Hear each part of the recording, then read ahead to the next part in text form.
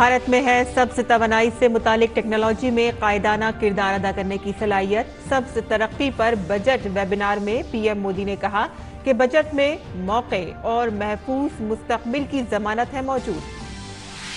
NIA के जरिए खालिस्तान के हामी लॉरेंस बिश्नोई गैंग के 6 अरकान गिरफ्तार। गैंगस्टर के साथ दहशतगर्दी और मनशियात की स्मगलिंग के साजबाज से मुतालिक कई राज खुलने की उम्मीद। तमाम पार्टियों के तजुर्बेकार लीडर नागालैंड और मेघालय में वोटरों को राग़िब करने की कर रहे हैं कोशिश।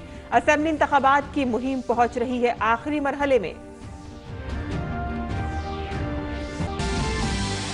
वजीर ममलिकत बराए उमूर खारजा मीनाक्षी लेखी और समाज इंसाफ के वजीर वीरेंद्र कुमार ने आज खजुराहो में G20 कल्चर वर्किंग ग्रुप की मीटिंग का किया बाज़ाब्ता इफ्तिताह। आज मीटिंग के दूसरे दिन G20 ममालिक के नुमाइंदों के दरमियान सकाफत समेत 4 अहम मौज़ूआत पर हो रही है बातचीत।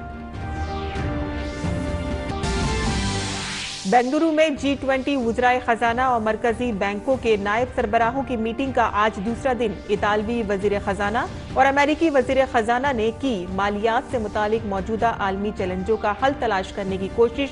दोनों ममालिक के वज़राए खजाना ने वजीर खजाना निर्मला सीतारमण से की मुलाकात। और T20 खवातीन वर्ल्ड कप का पहला सेमीफाइनल आज। टीम इंडिया आज केप टाउन में पहले सेमीफाइनल में दिफाई चैंपियन ऑस्ट्रेलिया से करेगी मुकाबला। आदाब नाज़रीन, खबरनामे में आपका इस्तकबाल है। मैं हूं साइमा खान। अब खबरें तफसील से। वज़ीर-ए-आज़म नरेंद्र मोदी तरक्की के मौजू पर मुनक़िद वेबिनार से खिताब किया। वेबिनार में बजट में इक़दामात के मौसर निफाज के ख्यालात और तजावीज़ पेश की गईं। वेबिनार में 6 सेशन होंगे जिसमें तरक्की के तवानाई और गैर तवानाई अज्जा पर तबादला ख्याल किया जाएगा। वज़ीर-ए-आज़म ने अपने खिताब में कहा कि भारत की गाड़ियों से मुतालिक स्क्रैपिंग पॉलिसी सब्ज तरक्की की हिकमत अमली का एक अहम हिस्सा है। गाड़ियों की स्क्रैपिंग के हौसला अफजाई करने के लिए हुकूमत ने इस बजट में 3000 करोड़ रुपए मुख्तस किए हैं। व्हीकल स्क्रैपिंग को प्रोत्साहित करने के लिए सरकार ने इस बजट में 3000 करोड़ रुपए का प्रावधान किया है। आने वाले कुछ महीनों में केंद्र और राज्य सरकार की करीब करीब 3 लाख गाड़ियों को स्क्रैप किया जाना है। ये गाड़ियां 15 साल से ज्यादा पुरानी हो चुकी है। व्हीकल स्क्रैपिंग आप सभी के लिए बहुत बड़ा मार्केट बनने जा रहा है। ये रीयूज, रिसाइकल और रिकवरी के सिद्धांत पर चलते हुए हमारी सर्कुलर इकोनॉमी को भी नई ताकत देगा। वज़ीर-ए-आज़म ने कहा कि भारत काबिले तजदीद तवानाई के वसाइल में जितनी ज्यादा बेहतर हालत में होगा वो दुनिया में उतनी ही ज्यादा तब्दीली ला सकता है। उन्होंने कहा कि ये बजट भारत को आलमी सब्ज तवानाई मार्केट में एक अहम फरीक के तौर पर कायम करने में भी अहम रोल अदा करेगा। वज़ीर-ए-आज़म ने कहा कि काबिले तजदीद तवानाई के वसाइल के लिए भारत जो हदफ मुकर्रर करता है वो वक्त से पहले ही करता है। साथियों, 2014 के बाद से ही भारत मेजर इकोनॉमीज में रिन्यूएबल एनर्जी कैपेसिटी एडिशन में सबसे तेज रहा है। हमारा ट्रैक रिकॉर्ड बताता है कि रिन्यूएबल एनर्जी रिसोर्सेज को लेकर भारत जो लक्ष्य तय करता है उसे समय से पहले पूरा करके दिखाता है। वर्ष 2023 तक 500 gigawatt non fossil based electricity capacity हासिल करके रहेगा। वज़ीर-ए-आज़म ने कहा कि गोवर्धन योजना भारत की हयातियाती ईंधन की हिकमत अमली का एक अहम जरिया है। गोवर्धन योजना के तहत 500 नए प्लांट्स लगाए जाएंगे।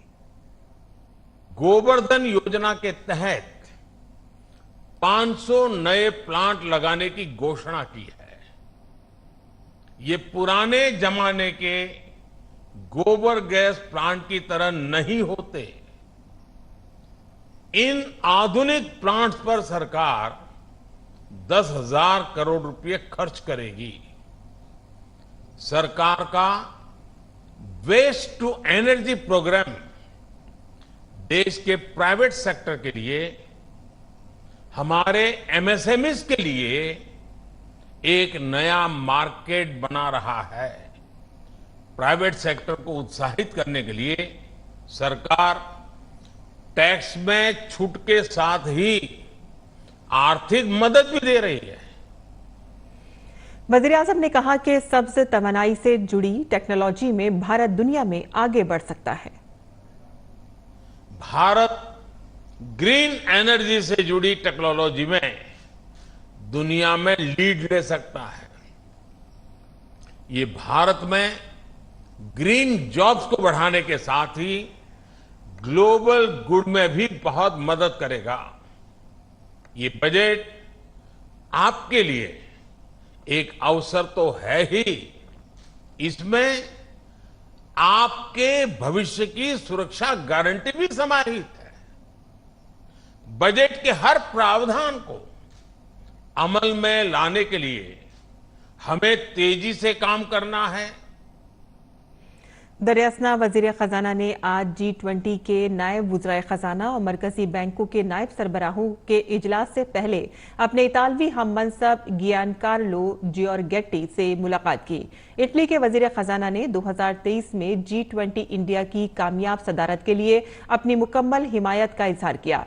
वजीर खजाना ने कहा कि वजीर आज़म मोदी की क़यादत में भारत ने voice of the global south summit की मेजबानी की और भारत ग्लोबल साउथ के विजन को पेश करेगा।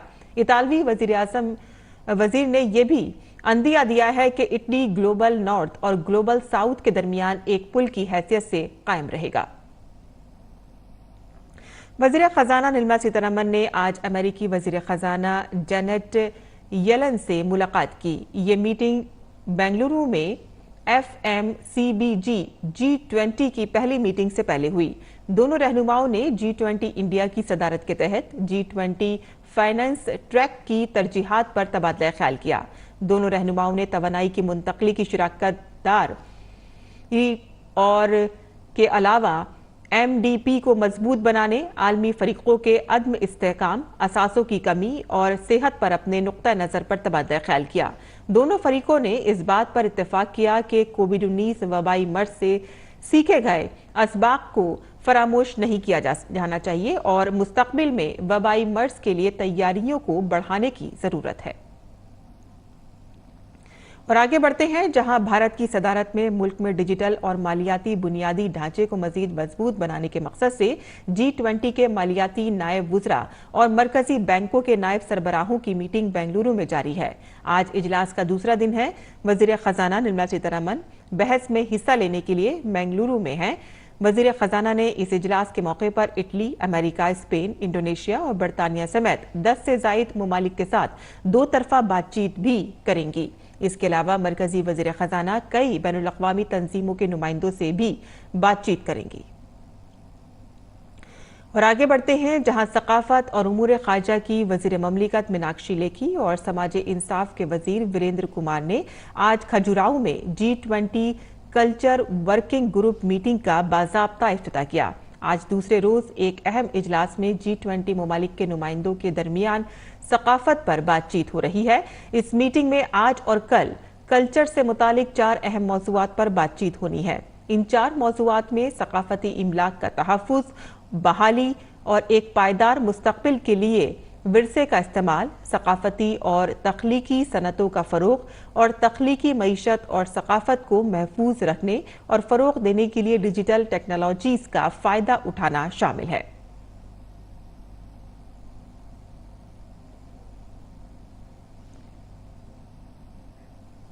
G20 कल्चर वर्किंग ग्रुप की मीटिंग के बाज़ाब्ता आगाज पर मरकजी वजीर डॉक्टर वीरेंद्र कुमार ने कहा कि वो समझते हैं कि सकाफत बाहमी ताल्लुकात को बरकरार रखने में बहुत अहमियत रखती है। उन्होंने कहा कि सकाफत मईशत को बढ़ाने में भी मौसर है।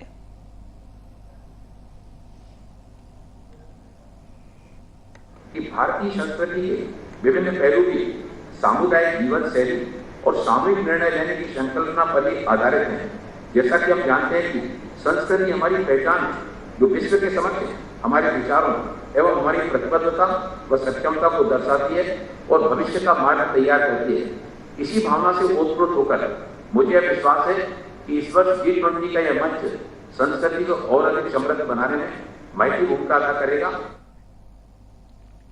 मीटिंग के बाज़ाब्ता आगाज के मौके पर सकाफत और उमूर खारजा की वजीर ममलिकत मीनाक्षी लेखी ने अपने खिताब में कहा कि 25 मूर्तियां जो भारत से ले जाई गई थी वो बैरून मुल्क से भारत वापस लाई गईं। उन्होंने कहा कि इससे जाहिर होता है कि लूट मार की सकाफत की तारीख बहुत पुरानी है और भारत अपनी सकाफत के तहफ़्फ़ुज़ में संजीदा है। मीनाक्षी लेखी ने कहा कि वसुदेव कुटुंबकम, एक ज़मीन, एक ख़ानदान, एक मुस्तक़बिल और इंटीग्रल ह्यूमंस का तस्वुर बहुत पुराना है और भारत इस पर काम कर रहा है। One earth, one family and one future. Vasudev Kutumbakam. The whole world is one big family. These are the Indian value systems. Two typical thoughts. One being Antyodaya, let no one be left behind. Because if we keep a few people behind, the world cannot progress. So we have to see equal distribution of resources. We have to see and work from the typical perspective of working together. हाल ही में national investigation agency NIA को 8 रियासतों में 76 मकामात पर छापों के दौरान एक बड़ी कामयाबी मिली है।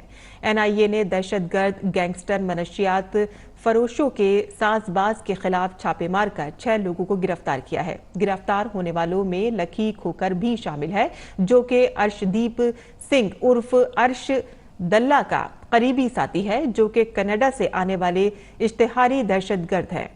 पंजाब, हरियाणा, राजस्थान, यूपी, दिल्ली, NCR, महाराष्ट्र और मध्य प्रदेश में मारे गए छापों में गैंगस्टर लॉरेंस बिश्नोई, जग्गू भगवान पुरिया और गोल्डी बरार के साथियों को गिरफ्तार किया गया है। NIA की तहकीकात में अब तक ये बात सामने आई है कि बहुत से ऐसे मुजरिम हैं जो पाकिस्तान, कनाडा, मलेशिया, फिलिपाइन और ऑस्ट्रेलिया जैसे मुल्कों में भाग गए हैं और मुख्तलिफ रियासतों की जेलों में बंद मुजरिमों के साथ मिलकर अपनी दहशतगर्दी और मुजरिमाना सरगर्मियां जारी रखे हुए हैं। ये गिरोह मनशियात और असले की स्मगलिंग, हवालात और कत्ल के जराइम का इर्तिकाब करते हैं और जबरन रकम वसूल करते हैं। ऐसे दहशतगर्द नेटवर्क्स और उनकी फंडिंग का पर्दाफाश करने के लिए मजीद तफ्तीश जारी है। वहीं इन्फोर्समेंट डायरेक्टोरेट ने दिल्ली शराब घपला मामले में दिल्ली के वजीर आला अरविंद केजरीवाल के PA को तलब किया है। ED ने उन्हें एक्साइज घपले की जारी तहकीकात के सिलसिले में तलब किया है। इससे पहले CBI ने डिप्टी CM मनीष सिसोदिया को भी इस मामले में तलब किया है।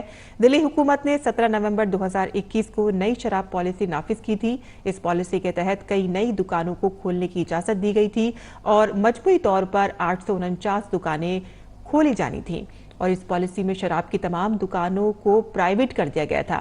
इस पॉलिसी के जारी होने के बाद BJP ने इल्जाम आयद किया कि इससे अवाम और हुकूमत दोनों को नुकसान पहुंचा था और जिसके बाद ED और CBI ने अलग अलग केस दर्ज किया। फौज में अग्निवीर भर्ती के अमल में तब्दीली की गई है। 2023 से अग्निवीर की भर्ती में फिजिकल टेस्ट और तिब्बी जांच से पहले एक ऑनलाइन मुश्तरका दाखिला टेस्ट होगा। हमारे नामानिगार सुधीर यादव ने फौज में अग्निवीर भर्ती के अमल में तब्दीली पर फौज के director general lieutenant general NS Sarna से बातचीत की। भारतीय सेना ने अग्निवीर योजना की भर्ती प्रक्रिया में बदलाव किया है। किस तरह का ये बदलाव है, उससे क्या फायदे होंगे, इस पर हमारे साथ बातचीत करने के लिए DG recruitment lieutenant general NS Sarna ji हैं। सर, सबसे पहली बात कि इस बदलाव की आखिर ज़रूरत क्यों पड़ी? जो टेक्निकल थ्रेशोल्ड है आज देश का युवाओं का, वो बहुत टेक्निकली इंक्लाइंड है। जो मोबाइल और जो इंटरनेट रेवोल्यूशन हुआ है वो गांव में पहुंच चुका है और हमारे को अभी जो सेना को ज़रूरत है वो टेक्निकली क्वालिफाइड और शारीर से भी व्यस्त लोगों की है। तो हमने एक हेल्दी मिक्स को यूज़ करने के लिए इस बदलाव को हमने ये इंट्रोड्यूस किया है। हम देखते थे जो कैंडिडेट्स आते थे वो पूरी रात वेट करते थे फिजिकल रैलीज के लिए। अभी इस नए जो एग्ज़ाम पैटर्न से जो अपने एग्ज़ाम्स देने के बाद जो सिर्फ कैंडिडेट्स पास होंगे वही रैलीज़ के लिए आएंगे, तो रैलीज़ पे जो इतनी भीड़ होती थी वो कम हो जाएगी। ये प्रोसेस और आसान, सिंपल और फ्लेक्सिबल हो जाएगा और जो प्रोसेस स्ट्रीमलाइन हो जाएगा। इसके अलावा जो युवा हैं उनको किस तरह की सहूलियतें सेना की तरफ से मिल रही हैं? जैसे आपने कहा कि 50% फीस है जो भारतीय सेना दे रही है, इसके अलावा एनसीसी और जो दूसरी स्ट्रीम है उनको भी कोई वरीयता दी जा रही है? हमने जो ITI क्वालिफाइड कैंडिडेट्स हैं, इवन जो 10वीं पास के बाद जिन्होंने ITI कोर्स किया है, हमने उनको भी टेक्निकल अग्निवीर टेक्निकल स्कीम में शामिल किया है। हम उनको बोनस मार्क्स भी देंगे। जो NCC के कैडेट्स हैं उनको भी बोनस मार्क्स मिलेंगे। जो स्पोर्ट्स पर्सन हैं जिन्होंने स्टेट, डिस्ट्रिक्ट या इवन नेशनल में रिप्रेजेंट किया है उनको भी हम देंगे, और डिप्लोमा होल्डर्स जो हैं उनको भी बोनस मार्क्स की सुविधा इसमें प्रदान की गई है। सर एक चीज़ और है कि सिलेबस की बात, चूंकि ज़्यादातर युवा पहली बार इसमें शामिल होते हैं, बहुत यूथ होते हैं, तो क्या सिलेबस में कोई चेंजेस है या उनके लिए जानकारी के लिए जो आर्मी की वेबसाइट पे आपने कहा है कि जानकारी उपलब्ध है, वो किस तरह की रहेगी?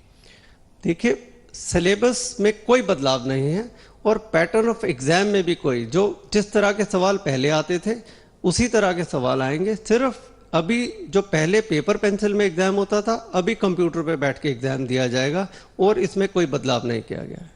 एक अलावा जो आपने कहा था कि सेंटर्स हैं और जो 5 उनको ऑप्शन दिया जाएगा, वो किस तरह से रहेगा? लोग अपनी मर्जी से वो सारे जो ऑप्शन हैं वो दे सकते हैं? बिल्कुल, हमने 176 लोकेशन तकरीबन सिलेक्ट करी हैं। अगर जरूरत पड़ी हम और उसको बढ़ा भी देंगे। जो कैंडिडेट्स को हमने 5 ऑप्शन दिए हैं, कैंडिडेट अपने आप कोई भी 5 ऑप्शन दे सकता है अपनी सहूलियत को देखते हुए। उसमें से एक सेंटर उसको अलॉट किया जाएगा एग्जाम के लिए। DD न्यूज़ से बातचीत करने के लिए बहुत बहुत धन्यवाद। वहीं आज़ादी का अमृत महोत्सव के मौजू पर मबनी आलमी किताब मेला 25 फरवरी से शुरू होगा। 9 रोज़ा वर्ल्ड बुक फेस्टिवल को 50 शानदार साल मुकम्मल हो गए हैं। इस साल के मेले में मीडिया वालों के लिए भी खुसूसी सहूलियात हैं, जिनमें 35 ममालिक के गैर मुल्की मेहमानों के लिए एक बैनुल-अक़वामी पवेलियन और G20 के लिए एक अलग पवेलियन शामिल है। मेले में नौजवानों को मुल्क के गुमनाम हीरोज से जुड़ने का मौका भी मिलेगा। पहली बार मेले में मुल्क के गुमनाम हीरोज पर 22 जबानों में 100 से ज़ायद किताबें रखी जाएंगी। जनूबी अफ्रीका में जारी खवातीन T20 वर्ल्ड कप का अब सेमीफाइनल तक पहुंच गया है। ग्रुप मरहले के मैचेस खत्म होने के साथ ही टूर्नामेंट में सेमीफाइनल के लिए टीमों का भी फैसला कर लिया गया है। आखिरी 4 में जगह बनाने वाली टीमों में भारत, ऑस्ट्रेलिया, इंग्लैंड और जनूबी अफ्रीका के नाम शामिल हैं। खवातीन के T20 वर्ल्ड कप के पहले सेमीफाइनल में आज भारत का मुकाबला ऑस्ट्रेलियाई खवातीन टीम से होगा, जबकि दूसरे सेमीफाइनल में इंग्लैंड की खवातीन टीम का मुकाबला जनूबी अफ्रीका से होगा। और भारतीय सिनेमा की सबसे ज्यादा मकबूल और 2 दहाइयों के फिल्मी सफर में 73 बॉलीवुड फिल्मों में काम करने वाली सबसे ज्यादा खूबसूरत और बाअसर अदाकारा मधुबाला की आज 54वीं बरसी है। मधुबाला का असली नाम मुमताज जहां बेगम था। मधुबाला ने अपनी फिल्मी जिंदगी का सफर 9 साल की उम्र से शुरू किया था। नाजरीन, आपसे रुखसत होने से कबल आपको छोड़े जाते हैं बॉलीवुड की इस मायानाज अदाकारा पर फिल्माए गए कुछ नगमों के साथ। आप इन नगमों से महसूस हो और हमें दें इजाजत। आदा। अच्छा जी मैं हारी, चलो मान जाओ ना, देखी सबकी यारी मेरा दिल जलाओ ना। अच्छा जी मैं हारी, चलो मान जाओ ना, देखी सबकी यारी मेरा दिल जलाओ ना।